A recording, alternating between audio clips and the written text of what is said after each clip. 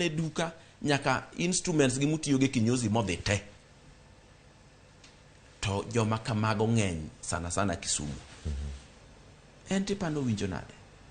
Dong wanyalo yude yo moro ma waloso go chandruokwa, mwaloso go grievances wa, mok waketho ratich jomoko be.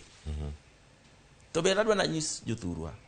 Gimomiyo dibed maber ka ji odhi e wuoyo mondo buro lo jomoko kata jomoko lo bura.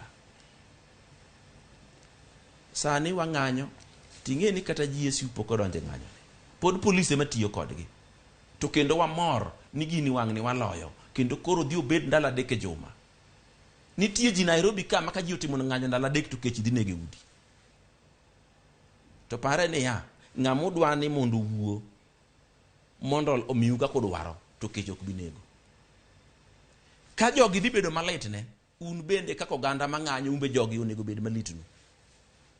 Ka un statesman, un Kenyan statesman, to nego beni joma kech nego sami ng'anyo, gik miketho sami ng'anyo, litnu ma kodwa nego bed malitne president matiyo. Omiyo Kenya ok mar the president. Kenya marwa waduto nyaka joma ng'anyo. Wang timuru tembe marito dakwa e kidwa gi jomoko. Nitie gima watimo kaka joma ng'anyo, sana thuru oganda Luo. Wasiko mana ni ng'amo pingo pachwa to en andhoga. Andhoga ok nyal ndhog dhano achiel e kind ji mang'eny. Andhoga idhogo oganda.